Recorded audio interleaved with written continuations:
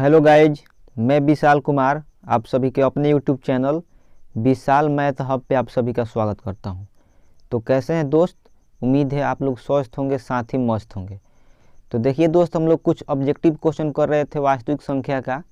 तो हम लोग 11 क्वेश्चन कर चुके हैं इसके पहले वाले वीडियो लेक्चर में, और उसका कॉन्सेप्ट और सूत्र को मैं उसी क्वेश्चन के साथ साथ उसमें बतलाया हूँ और डिस्कस किया हूँ।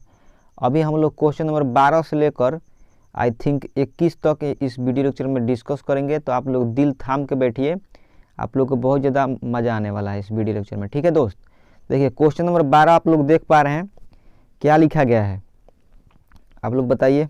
देखिए लिखा गया है, यूक्लिड विभाजन एल्गोरिथम किन पूर्णांकों के लिए लागू किया जाता है, यानी लिखा गया है। ठीक है दोस्त, यूक्लिड विभाजन एल्गोरिथम किन पूर्णांकों के लिए लागू किया जाता है, जिसके लिए 4 ठो ऑप्शन दिया गया है।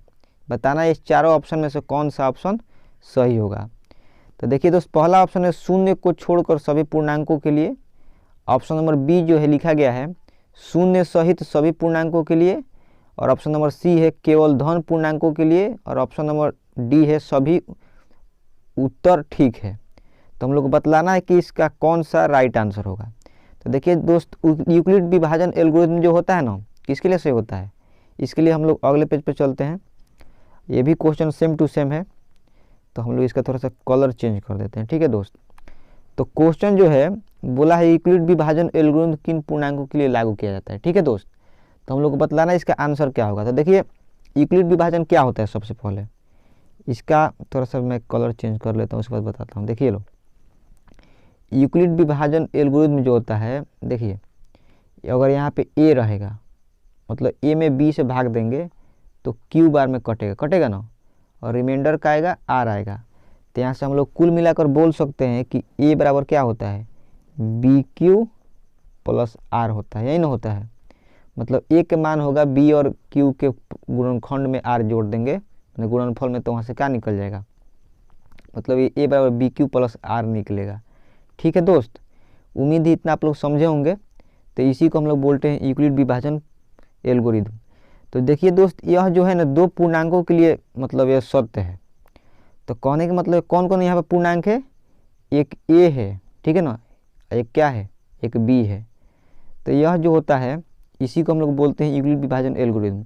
तो यूक्लिड विभाजन एल्गोरिथम किन पूर्णांकों के लिए लागू किया जाता है, तो इसका राइट आंसर होगा ऑप्शन नंबर ए। यहाँ पर दिया गया ना ऑप्शन नंबर ए, क्या लिखा गया है, शून्य को छोड़कर सभी पूर्णांकों के लिए। तो क्वेश्चन नंबर 12 का आंसर हो गया ऑप्शन नंबर ए। आओ कभी हवेली पे। उम्मीद है आप लोग इतना समझे होंगे, मतलब जीरो को छोड़ देंगे ना, इसके अलावा ए और बी का कुछ भी मान हो तो उसके लिए सत्य होता है। ठीक है दोस्त, तो उम्मीद है आप लोग क्वेश्चन नंबर 12 समझ गए होंगे। तो जब आप लोग क्वेश्चन नंबर 12 समझ गए हैं तो चलते हैं इसी के साथ क्वेश्चन नंबर 13 की ओर और उसको समझने का प्रयास करते हैं।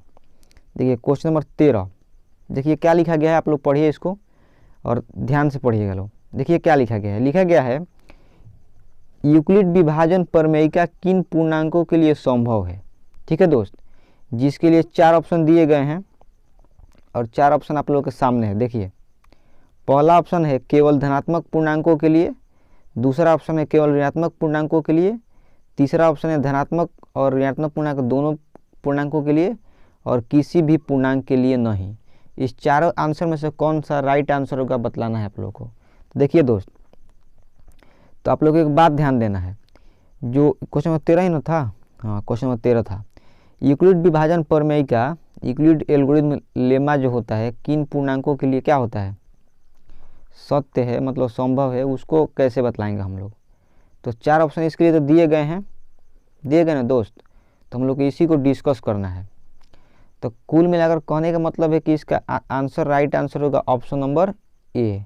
अब देखिए कैसे, केवल धनात्मक पूर्णांक के लिए, मतलब यूक्लिड विभाजन एल्गोरिथम जो होता है ना, तो इसका हम लोग और मतलब एचसीएफ निकालेंगे, उससे यूक्लिड विभाजन प्रमेयिका से एचसीएफ निकलता है, वो भी कितने पूर्णांक के लिए, 2 पूर्णांक के लिए। और वो भी पूर्णांक कैसा होना चाहिए, दोनों का दोनों क्या होना चाहिए, धनात्मक, यानी कि ए और ए बी दोनों के दोनों क्या होना चाहिए, 0 से बड़ा होना चाहिए। ठीक है ना, तो मतलब यूक्लिड विभाजन एल्गोरिथम किन पूर्णांकों के लिए संभव है, तो केवल धनात्मक पूर्णांक के लिए संभव है। उम्मीद है इतना आप लोग समझ गए होंगे। एक बात और आप लोग ध्यान दीजिए, अगर पूछा जाता है क्वेश्चन कि यूक्लिड विभाजन एल्गोरिथम कितने पूर्णांक के लिए सही है, तो 2 पूर्णांकों के लिए सही है और उससे मौसा निकलता है। इस बात का जिक्र मैं इसके पहले वाले वीडियो लेक्चर में कर चुका हूँ। आप लोग वह वीडियो को नहीं देखे हैं तो आप लोग वीडियो के डिस्क्रिप्शन में उसका लिंक चेक कर सकते हैं, नहीं तो आप लोग कमेंट कीजिएगा, उसका लिंक आप लोग को प्रोवाइड कर दिया जाएगा। ठीक है दोस्त, और नहीं तो आगे मैं बतलाऊँगा आने वाले वीडियो में। ठीक है, आगे आने वाले स्लाइड में बतलाऊँगा, उसका डिस्कस करूँगा। ठीक है दोस्त, तो क्वेश्चन नंबर 13 आप लोग समझ गए। इसी के साथ चलते हैं क्वेश्चन नंबर 14 की ओर, उसको भी समझने का प्रयास करते हैं। देखिए क्या लिखा गया है क्वेश्चन नंबर 14, ध्यान से देखिएगा दोस्त। देखिए क्या लिखा गया है, दो धनात्मक पूर्णांक a तथा b का मौसा सबसे बड़ा पूर्णांक d है, तो d द्वारा विभाजित होगा, जिसके लिए 4 ऑप्शन दिए गए हैं। ठीक है दोस्त, 4 ऑप्शन क्या क्या है। पहला नंबर ऑप्शन है केवल a, दूसरा नंबर ऑप्शन है केवल b, तीसरा नंबर ऑप्शन है a और b दोनों, और चौथा नंबर ऑप्शन है इनमें से कोई नहीं। तो देखिए दोस्त, इसको हम लोग कैसे सॉल्व करेंगे, तो इसको मैं उदाहरण से समझाऊंगा, आप लोग देखिएगा ध्यान से। अगले पेज पे चलते हैं।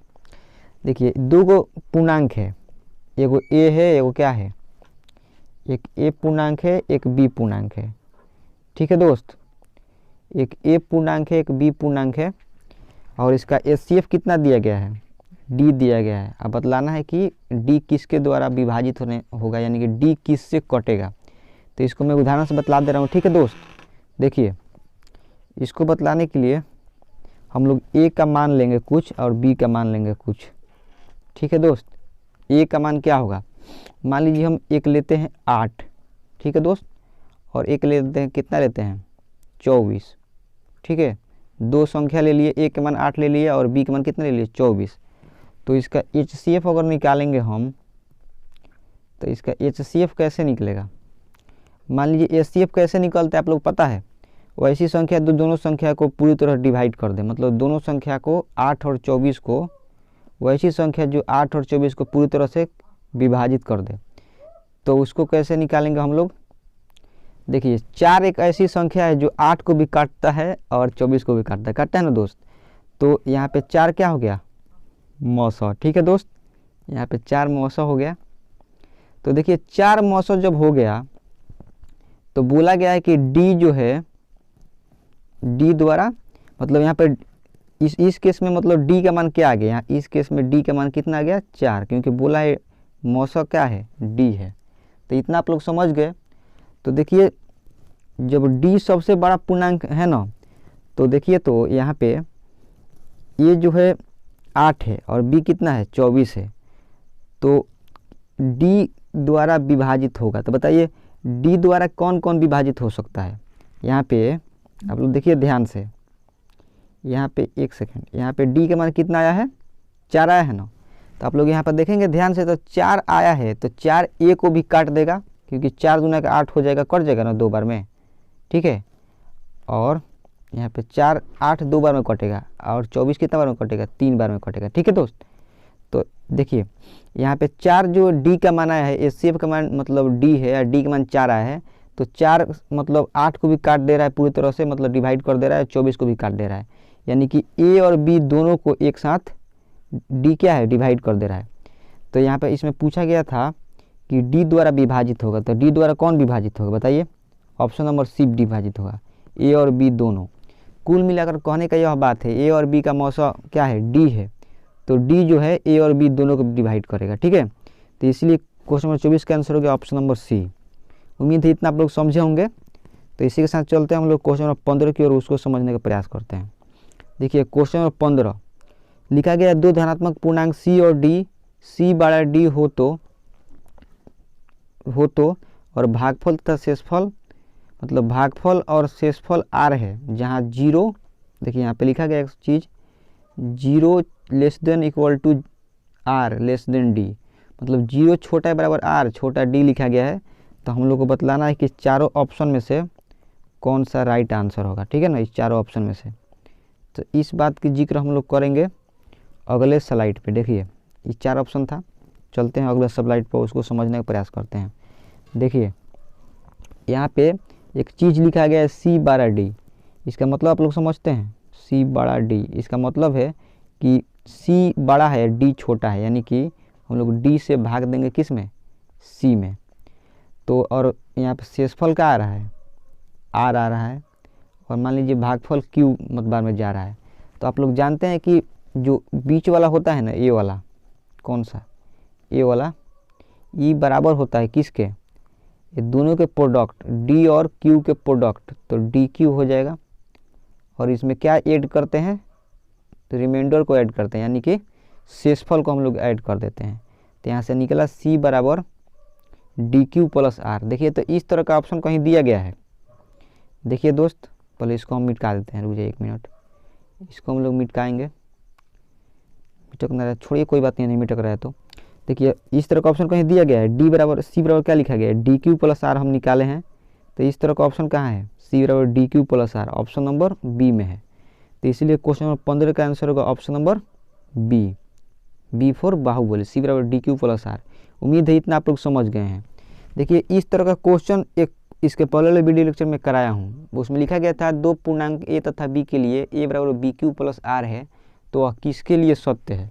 तो उस केस में आंसर आया था, मतलब देखिए मैं अगले पेज बता रहा हूँ, उस केस में एक चीज़, मतलब एक क्वेश्चन अगले वीडियो में लेक्चर में मैं कराया हूँ, ठीक है। उसमें था ए मतलब ए में बी से भाग दिया गया था, और यहाँ पे भागफल क्यू आया था, शेषफल आर आया था, ठीक है ना। तो उस केस में निकल के आया था ए बराबर बी क्यू प्लस आर। तो वहाँ पे क्या था, वहाँ पर 0 less than equal to r less than b निकला था, ठीक है ना। तो इस तरह का क्वेश्चन उसमें मैं डिस्कस किया था। लेकिन ये जो क्वेश्चन है इसमें देखिए, इसमें क्या लिखा गया है, इसको देखिए थोड़ा सा, अगर 1 सेकेंड, इसमें जो मैं अभी अभी डिस्कस किया कहाँ गया, इसमें जो था ना ए बड़ा था बी से, इस केस में ए का मान बड़ा था बी से, तो इस केस में इस तरह होता है। लेकिन ई जो दिया गया है, देखिए ई जो क्वेश्चन दिया गया है, क्वेश्चन नंबर 15, इस केस में क्या दिया गया है, देखिए ध्यान से, इसमें बोला है कि 1 सेकेंड, इसमें बोला गया है सी बड़ा है डी से, तो इसमें हम लोग डी से डिवाइड करेंगे किस में, सी में, और भागफल क्यू आएगा और रिमाइंडर कितना आएगा आर। तो यहाँ से हम लोग बोल सकते हैं सी बराबर डी क्यू प्लस आर। और इसमें शर्त क्या होगा, 0 छोटा या बराबर आर होगा, छोटा बी होगा, ये ना होगा। लेकिन यहाँ पे बी नहीं होगा, यहाँ पे किससे हम भाग दिए हैं, डी से भाग दिए हैं ना, तो यहाँ पे डी होगा। 1 सेकेंड, यहाँ पे क्या होगा, डी होगा। अब इसको हम लोग क्या कर देते हैं, घेर देते हैं। तो इसी कॉन्सेप्ट पर क्वेश्चन दिया गया, क्वेश्चन नंबर 15, 0 छोटा बराबर आर छोटा डी जो लिखा गया है, ई वाला कॉन्सेप्ट। इसमें जो होता है कहाँ से निकल के है, ई वाला सी बराबर डी क्यू प्लस आर, इसका यूज इस क्वेश्चन नंबर 15 में यूज है, देखिए यहाँ पे। तो इस केस में इसी के बिहाफ पे मैं बताया कि इस क्वेश्चन का आंसर क्या होगा, ऑप्शन नंबर बी, सी बराबर डी क्यू प्लस आर। उम्मीद है इतना आप लोग समझ गए हैं। अगर आप लोग इसके पहले वाला वीडियो लेक्चर नहीं देखें तो आप लोग कमेंट करके बताइएगा आप लोग को, या फिर आप लोग चैनल पर जाकर देख सकते हैं, इसके पहले वाला वीडियो लेक्चर को अपलोड हो चुका है, ठीक है ना। नहीं तो मैं आगे भी उस क्वेश्चन को करा दूंगा। तो देखिए अब चलते हैं क्वेश्चन नंबर 16 की ओर, और इसको समझने का प्रयास करते हैं। देखिए दोस्त क्या लिखा गया है, क्वेश्चन नंबर 16। क्वेश्चन नंबर 16 का आंसर क्या होगा, आप लोग बता सकते हैं। देखिए क्या लिखा गया है, ठीक है दोस्त। क्वेश्चन है 16 नंबर, देखिए क्या लिखा गया है, 2 धनात्मक पूर्णांक सी और डी, जहाँ सी बड़ा है डी से, तो इसका एचसीएफ क्या होगा अगर आर का मान 0 है। तो देखिए इसका डिस्कशन अगले पेज पे करते हैं, ध्यान से देखिएगा। इसमें सी बड़ा है, यहाँ पे लिखा गया है ना एक चीज़, सी बड़ा है डी से, यानी कि डी से हम लोग भाग देंगे किस में, सी में, ठीक है। तो रिमाइंडर का आया है, यहाँ पे आर का मान क्या दिया है, 0 दिया है, एक क्यू बार में कट रहा होगा। तो यही केस है। अगर आप लोग ध्यान दीजिए, अगर कोई भी मतलब मान लीजिए यहाँ पे डी सी में डी से भाग दिए हैं, ठीक है, यहाँ पे रिमाइंडर 0 आ गया है। तो अगर 0 रिमाइंडर आ जाता है, जहाँ 0 आ जाएगा, तो यहाँ पे जो भाज्य होता है ना, भाज्य नहीं भाजक, भाज्य होता है ना डिवाइजर, यहाँ पर डिवाइजर जो होता है, डिवाइजर कहने का मतलब है भाजक जो होता है, वहीं एचसीएफ हो जाता है, ठीक है, वहीं क्या होता है, एचसीएफ होता है। तो इसीलिए क्वेश्चन नंबर 16 का आंसर क्या होगा, ऑप्शन नंबर ए। क्योंकि आप लोग देखिए बोला है कि 2 धनात्मक पूर्णांक सी और डी, जहाँ सी बड़ा है डी से, तो इसका एचसीएफ क्या होगा, पूछा है ना, एचसीएफ क्या होगा। तो एचसीएफ बताइए आप लोग क्या होगा, अगर आर का मान क्या है 0 है।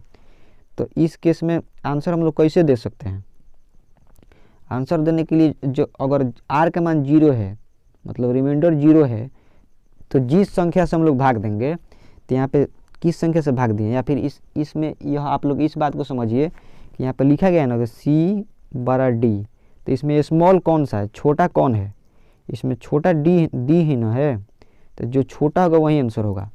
तो इसीलिए इस क्वेश्चन का आंसर क्या हो गया, ऑप्शन नंबर ए जो कि डी है। ऑप्शन नंबर ए में क्या दिया गया है, डी, इसीलिए क्वेश्चन नंबर 16 का आंसर होगा ऑप्शन नंबर ए, आओ कभी हवेली पे। उम्मीद है आप लोग इतना समझ गए होंगे, क्वेश्चन नंबर 16 तक समझ गए हैं। अब चलिए चलते हैं क्वेश्चन नंबर 17 की ओर, इसको समझने का प्रयास करते हैं। देखिए क्वेश्चन नंबर 17 को समझेंगे और ध्यान देंगे। देखिए लिखा गया है क्वेश्चन नंबर 17 में, आप लोग पढ़ेंगे ध्यान से तो आप लोग को पता चलेगा। लिखा गया है कि दो धनात्मक पूर्णांक सी और डी, जहाँ सी बड़ा है डी से और r is not equal to 0 हो, तो HCF of c comma d कितने के बराबर होगा। तो देखिए दोस्त, इस क्वेश्चन का आंसर आप लोग, इस क्वेश्चन का आंसर क्वेश्चनों में दिया गया है। देखिए ध्यान से, अगले पेज पे चलते हैं समझते हैं उसको। देखिए ध्यान से, 4 ऑप्शन दिया गया है ना। पहला ऑप्शन क्या है, HCF of c comma d, दूसरा ऑप्शन है HCF of c comma r, और तीसरा ऑप्शन है HCF of c d r. तो देखिए दोस्त, इसमें भी ज़्यादा कुछ नहीं है, लेकिन इसको मैं समझा दे रहा हूँ थोड़ा सा। इसमें लिखा गया है सी बड़ा डी, लिखा गया है ना, एक यहाँ पर कंडीशन दिया गया है। इसका मतलब है कि हम लोग डी से भाग देंगे किस में, सी में, तो रिमाइंडर जो आएगा आर के बराबर नहीं आएगा। 0 को छोड़कर, मतलब रिमाइंडर जो है 0 के बराबर नहीं आएगा, यानी कि 0 को छोड़कर कुछ भी आ सकता है और भाग जाएगा क्यू बार में, मतलब भागफल यहाँ क्या आएगा क्यू। देखिए इसका मैं चाहूँ तो क्वेश्चन का आंसर 1 सेकंड में बता के आगे बढ़ सकता हूँ, लेकिन हम इसलिए इस क्वेश्चन को मतलब अच्छा से जिक्र कर रहे हैं, डिस्कस कर रहे हैं कि आप लोगों को समझ में आना चाहिए कि यहाँ पे जो लिखा गया है, क्या लिखा गया, सी बड़ा डी, इसका मतलब क्या होता है, r is not equal to 0 का मतलब क्या होता है, इसीलिए इस पर हम जोड़ दे रहे हैं। तो आप लोग इसको हल्के में ना लीजिए और देखिए ध्यान से। तो इसको मैं थोड़ा सा मिटा दूँ, इरेज कर देता हूँ। चलिए दोस्त, इतना समझ लिए। तो लिखा गया कि HCF of c comma d. तो देखिए अगर आप लोग को इस क्वेश्चन का आंसर चाहिए ना, तो एचसीएफ निकालना है ना, तो जब आर का मान सी कोमा डी का मान निकालना था, यही ना निकालना था, यही निकालना। देखिए यहाँ पे लिखा गया है। तो आप लोग इसके पहले वाला क्वेश्चन देखिए, एक क्वेश्चन में कराया था, इसमें दिया गया है आर का मान 0 दिया गया है ना, तो जब रिमाइंडर 0 हो जाता है, ठीक है ना दोस्त, तो उस केस में जिससे हम लोग भाग देते हैं वही हम लोग का आंसर हो जाता है। तो यहाँ पे किससे भाग दिए थे, डी से, यानी छोटा क्या था, डी था। इसमें लिखा गया था ना छोटा डी, यहाँ पे लिखा गया है, लिखा गया ना दोस्त, यहाँ पे लिखा गया सी बड़ा डी, यानी इसमें छोटा क्या है, डी है ना, डी। तो इसलिए इसका आंसर क्या हो गया, डी हो गया। लेकिन इस क्वेश्चन को देखिए ध्यान से, इस क्वेश्चन में आर का मान 0 नहीं है, 0 r is not equal to 0 है। तो जब r is not equal to 0 दिया गया है ना, तो उसका एचसीएफ क्या होगा, उसका एचसीएफ और आगे निकालना पड़ेगा, और उस टाइम तक हम लोग मतलब डिवाइड करेंगे जहाँ पे आर का मान 0 जब तक नहीं आ जाए। जहाँ आर का मान 0 आएगा वहाँ हम लोग का आंसर क्या हो जाएगा, हम लोग को मिल जाएगा। तो आर का मान 0 लाने के लिए क्या करना पड़ेगा, हमेशा सी और डी में, मतलब डी से सी में भाग देना पड़ेगा, और उस टाइम तक भाग देंगे जहाँ पे आर का मान 0 नहीं आ जाए, ठीक है ना दोस्त। तो यहाँ पे तो आर का मान 0 नहीं आया है, तो फिलहाल के लिए इसका आंसर क्या हो जाएगा, फिलहाल के लिए इसका आंसर होगा, मतलब इसका आंसर हम लोग क्या बोल सकते हैं बताइए आप लोग, फिलहाल के लिए हम लोग का आंसर क्या होगा बताइए। फिलहाल के लिए इसका आंसर होगा ऑप्शन नंबर ए होगा, क्योंकि हम लोग सी और डी में हमेशा भाग देते जाएंगे, और उस टाइम तक देंगे जहाँ पे आर का मान 0 नहीं आ जाए, उस टाइम तक भाग देना है हम लोग को। तो इसलिए क्वेश्चन जो पूछा है उसका आंसर वही होगा। पूछा है HCF of c comma d, तो इसलिए इस क्वेश्चन का आंसर होगा HCF of c comma d. ठीक है, उम्मीद है मैं इतना आप लोगों को समझाया, आप लोगों को समझ में आया होगा। एक सिंपल सा आप बात ध्यान दीजिए, इस क्वेश्चनों में लिखा गया है, क्या लिखा गया है, सी बड़ा डी लिखा गया है ना, यानी कि डी से हम लोग भाग देंगे किस में, सी में, जो कि यहाँ पे मैं आप लोग को बतेबे किया हूँ, देख पा रहे हैं ना आप लोग, इसको मैं बतला दिया हूँ। तो यहाँ पे बोला गया है एक चीज़ कि इसमें आर का मान 0 नहीं है, r is not equal to 0 बोला गया है ना। देखिए यहाँ पे लिखा भी गया है r is not equal to 0। तो हम लोग को एचसीएफ निकालने के लिए, एचसीएफ यहाँ पे डी कब हो सकता है, डी उस टाइम होगा, कब होगा जब हम लोग भाग देते जाएंगे और जहाँ आर का मान 0 निकल गया, जहाँ आर बराबर 0 होगा तो डी सी एफ का मान क्या हो जाएगा, डी हो जाएगा। परंतु इसमें लिखा गया है कि r is not equal to कितना, देखिए ध्यान से आप लोग, r is not equal to 0 लिखा गया है। तो हम लोग तो अभी डी इसका आंसर नहीं मार सकते हैं। तो डी जब आंसर नहीं मारेंगे तो क्या करना पड़ेगा, हम लोग को हमेशा भाग देंगे सी में, डी से सी में भाग देंगे और उस टाइम तक देंगे जहाँ पे आर का मान 0 नहीं आ जाए। तो इसीलिए इसका एसीएफ फिलहाल के लिए क्या हो जाएगा, HCF of c comma d, जो पूछा गया है वही आंसर होगा। तो उम्मीद है आप लोग क्वेश्चन नंबर 17 को समझ गए होंगे, क्योंकि मैं इस पर बहुत ज़्यादा जोर देकर आप लोग को बतलाया। उम्मीद है आप लोग इतना समझे होंगे। तो चलिए दोस्त चलते हैं क्वेश्चन नंबर 18 की ओर। देखिए दोस्त, क्वेश्चन कोई छोटा बड़ा नहीं होता है, सब क्वेश्चन में जो होता है, सब क्वेश्चन जो है, सभी क्वेश्चन में क्वेश्चन का खेल है, ठीक है ना दोस्त। क्वेश्चन अगर आप लोग बना देंगे, अगर आप लोग हर एक क्वेश्चन में जो होता है ना, कॉन्सेप्ट का मतलब, कॉन्सेप्ट का, सूत्र का मतलब महत्व होता है। आप लोग उस क्वेश्चन का कॉन्सेप्ट समझते हैं, उस सूत्र को समझते हैं, तो क्वेश्चन आप लोग के लिए हलवा है, लल्लू सवाल है। अगर आप लोग को वही कॉन्सेप्ट नहीं आता है तो आप लोग उस क्वेश्चन को क्या करेंगे, रटेंगे, याद रखेंगे। इस तरह का क्वेश्चन बहुत बच्चा सबसे नहीं बनता है, वो सब इसको रट लेता है ऑब्जेक्टिव में, ठीक है ना, कहता है कि रट लो, आएगा तो मार देंगे। लेकिन इसका डीप अगर आप लोग को नॉलेज चाहिए ना, डीप इस क्वेश्चन को डीपली बनाने के लिए आप लोग को मतलब इस क्वेश्चन को रटना ना पड़े, उसके लिए आप लोग क्या करना पड़ेगा, आप लोग का कॉन्सेप्ट बढ़िया रखना पड़ेगा। आप लोग को उस टाइम तक मतलब कॉन्सेप्ट को याद रखिए, उस पर सोचिए विचारिए, तो आप लोग को मतलब निश्चित रूप से आप लोग कभी नहीं भूल सकते इस क्वेश्चन को। तो इसमें एक ही कॉन्सेप्ट था, आर का मान 0 अगर आ जाएगा तो उसमें डी आंसर होगा। तो देखिए इस क्वेश्चन में इस पर पहले कराया था ना, क्वेश्चन नंबर 16 में, इसमें आर का मान 0 दिया गया था, तो इसका आंसर क्या हुआ, एचसीएफ कितना आया, डी। लेकिन इस क्वेश्चन में r is not equal to 0 दिया गया है, मतलब आर का मान 0 नहीं दिया गया है, तो इसका आंसर क्या होगा, HCF of c comma d, यही पूछा गया है, तो यही आंसर होगा। चलिए दोस्त इतना समझ गए, तब चलते हैं क्वेश्चन नंबर 18 की ओर, उसको भी समझने का प्रयास करते हैं। देखिए दोस्त, एक ज़रूरी बात, अगर आप लोग को वीडियो मतलब पसंद आ रहा है, ठीक है दोस्त, तो आप लोग वीडियो को क्या कीजिए, लाइक कीजिए, कमेंट कीजिए, शेयर कीजिए, तथा चैनल को आप लोग क्या कीजिए, सब्सक्राइब कीजिए, इतना आप लोग ज़रूर कीजिए, ठीक है दोस्त, क्योंकि इससे मेरे को मोटिवेशन मिलेगा, तो मैं और ज़्यादा क्वेश्चन ला दूंगा इस यूट्यूब चैनल पे, और आप लोग के सामने इसी तरह विशेष पोस्टमार्टम करूँगा, आप लोग को मतलब डीपली समझाने का कोशिश करूँगा। मेरा यही प्रयास रहेगा कि इसको हर एक क्वेश्चन पे कुछ ना कुछ आप लोग को एक्स्ट्रा बतलाऊँ, आप लोग को सोचना मैं सिखाऊँ, ठीक है दोस्त। तो इतना आप लोग समझ गए, तो इतना आप लोग जरूर कीजिए। अगर आप लोग इस चैनल पर नए हैं तो इस चैनल को आप लोग निश्चित रूप से सब्सक्राइब कीजिए, क्योंकि इस चैनल पे इसी तरह का content daily by daily basis पे डाला जाता है। तो इस चैनल को मतलब यह चैनल आप लोग को कभी निराश नहीं करेगा।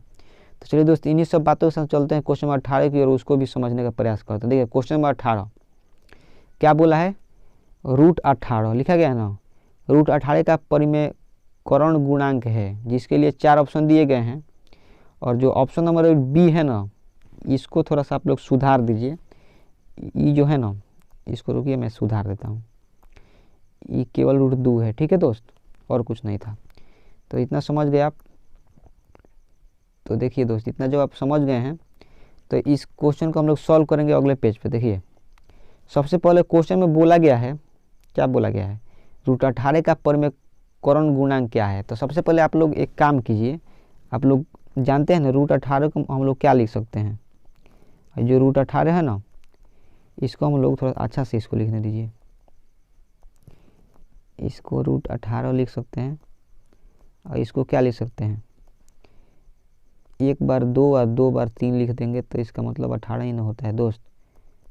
तो कुल मिला के कहने का मतलब है कि 2 × 3 है, तो 1 बार निकल जाएगा रूट से बाहर, एक रूट 2 अंदर रह जाएगा, ठीक है ना दोस्त।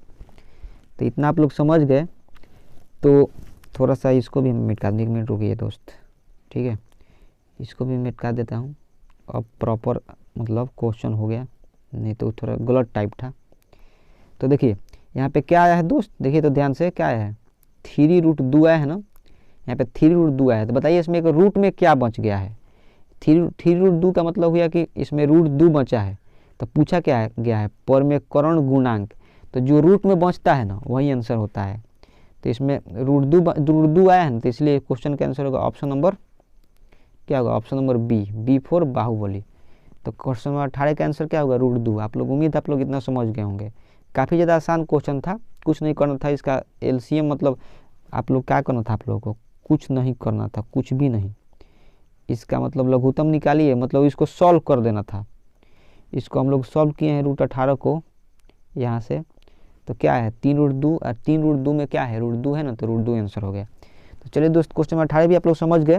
तो इसी बात पे आप लोग वीडियो को 3 बार लाइक कीजिए और कमेंट में बताइए आप लोग को वीडियो कैसा लग रहा है, ठीक है। अगर आप लोग इस क्वेश्चन के मतलब इस वीडियो के हर एक क्वेश्चन के सॉल्यूशन से आप लोग संतुष्ट हैं तो चैनल को निश्चित रूप से सब्सक्राइब कीजिए दोस्त, तो हम लोग और वीडियो इस पर बना सकेंगे। तो चलिए दोस्त, चलते हैं क्वेश्चन नंबर 19 की ओर, इसको भी समझने का प्रयास करते हैं। देखिए क्वेश्चन नंबर 19, देखिए क्या लिखा गया है दोस्त, लिखा गया है अपरिमेय संख्या को p/q के रूप में व्यक्त किया जा सकता है जबकि q is not equal to 0 है।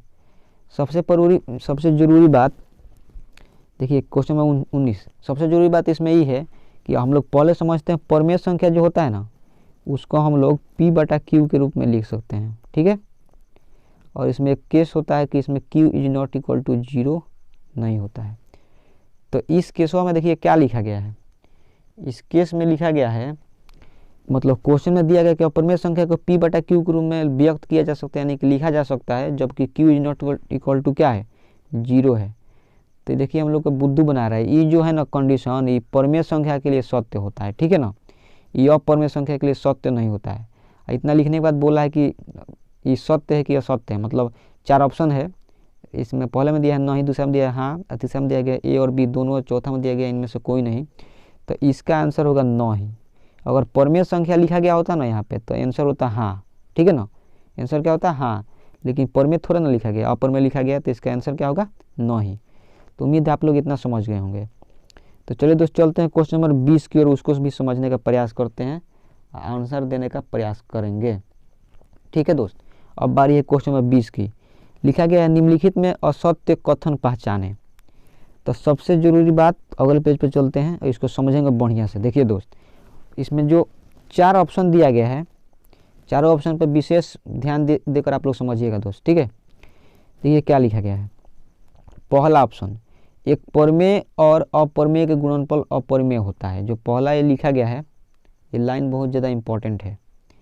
क्या लिखा गया, देखिए ध्यान से, लिखा गया है एक परिमेय, मान लीजिए एगो परिमेय संख्या है 2 मानिए, और एगो अपरिमेय संख्या है, क्या बोल सकते हैं उसको, मान लीजिए एक अपरिमेय संख्या √3 है, तो इसको गुना करेंगे तो कितना आएगा, 2√3 आएगा ना।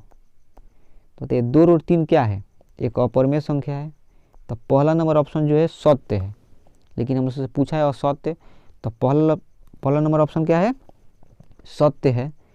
तो सही बात है दोस्त, जब सत्य है तो सत्य है। अब क्वेश्चन नंबर मतलब ऑप्शन नंबर बी को भी समझने का प्रयास करते हैं। देखिए क्या लिखा गया है, सभी परिमेय संख्याओं का व्युत्क्रम अपरिमेय संख्या होती है। ये कहाँ का न्याय है बताइए, तो सभी परिमेय संख्या के उल्टा, तो मान लीजिए एक का उल्टा, मान लीजिए परिमेय संख्या एक परिमेय संख्या है ना, तो एक के उल्टा क्या होगा, एक ही होगा ना, या फिर 2 का उल्टा क्या होगा, 1/2 होगा। तो बताइए, तो 1/2 अपरिमेय संख्या होता है, नहीं होता है। एक अपरिमेय संख्या होता है, नहीं होता है। एक और जरूरी बात आप लोग समझिए, अगले पेज पे 0 एगो परिमेय संख्या है, अगर इसका उल्टा करेंगे 1/0 होगा, तो ई होता है क्या, इनफाइनाइट होता है, यानी कि अपरिभाषित। क्या होता है, अपरिभाषित, ठीक है दोस्त।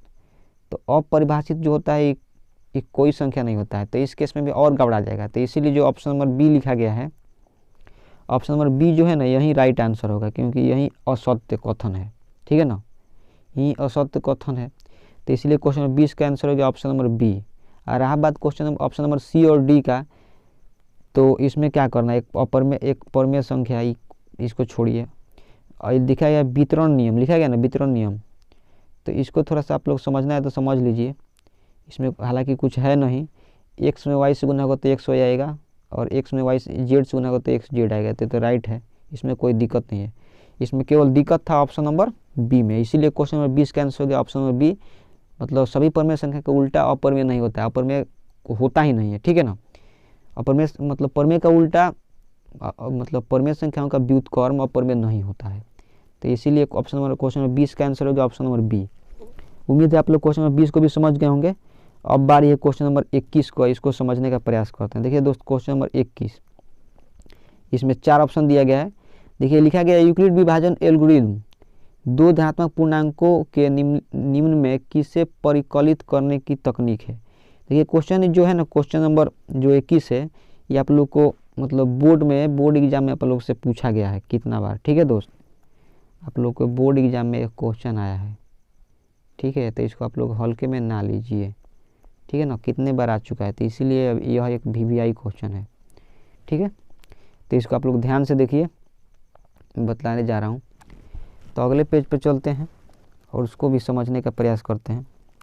देखिए सबसे ज़रूरी बात, यूक्लिड विभाजन जो एल्गोरिथम होता है, अगर a बड़ा हो b से तो हम लोग b से भाग देंगे किस में, a में, तो भागफल q आएगा, रिमाइंडर r आएगा। तो कुल मिलाकर कह सकते हैं a बराबर क्या आएगा, bq प्लस r, जहाँ 0 छोटा है बराबर r छोटा b होगा, यही ना कंडीशन होता है। तो मतलब यूक्लिड विभाजन का प्रयोग किसको निकालने के लिए किया जाता है, मौसा निकालने के लिए किया जाता है।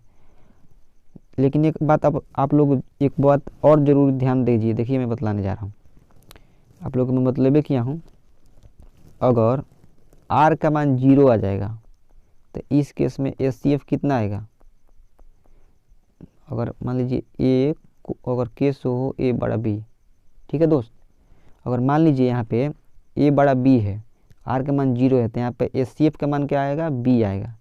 लेकिन अगर r is not equal to क्या आ जाए, 0, तो HCF क्या आएगा, यहाँ पे HCF क्या आएगा, HCF वही आएगा जो मंजूर खुदा होगा। ठीक है दोस्त, मतलब HCF होगा a और b का HCF और आगे निकालना पड़ेगा, उस टाइम तक निकालेंगे जहाँ पे r का मान 0 नहीं आ जाए। ठीक है, तो इस बात का मैं जिक्र पहले भी कर चुका हूँ। ठीक है, तो क्वेश्चन नंबर 21 अब भी आप लोग समझ गए हैं, यूक्लिड विभाजन प्रयोग किसके लिए किया जाता है, मौसा निकालने के लिए। तो देखिए दोस्त क्वेश्चन नंबर 12 से लेकर मैं क्वेश्चन नंबर 21 तक करा दिया। मतलब थोड़ा टाइम लगा कराने में, इसलिए क्योंकि मैं धीरे धीरे बतला रहा था आप लोगों को कॉन्सेप्ट के साथ, आप लोगों को कॉन्सेप्ट फील करा रहा था, महसूस करा रहा था, हर एक तथ्य को, हर एक कॉन्सेप्ट को, हर एक सूत्र को। तो क्वेश्चन नंबर 21 तक आप लोग समझ गए, अच्छी बात है। अब देखिए दोस्त, अगर आप लोगों को वीडियो पसंद आया तो इस वीडियो को 3 बार लाइक कीजिए, कमेंट करके बताइए आप लोगों को वीडियो कैसा लगा। अगर अच्छा लगा है तो इस चैनल को सब्सक्राइब कीजिए।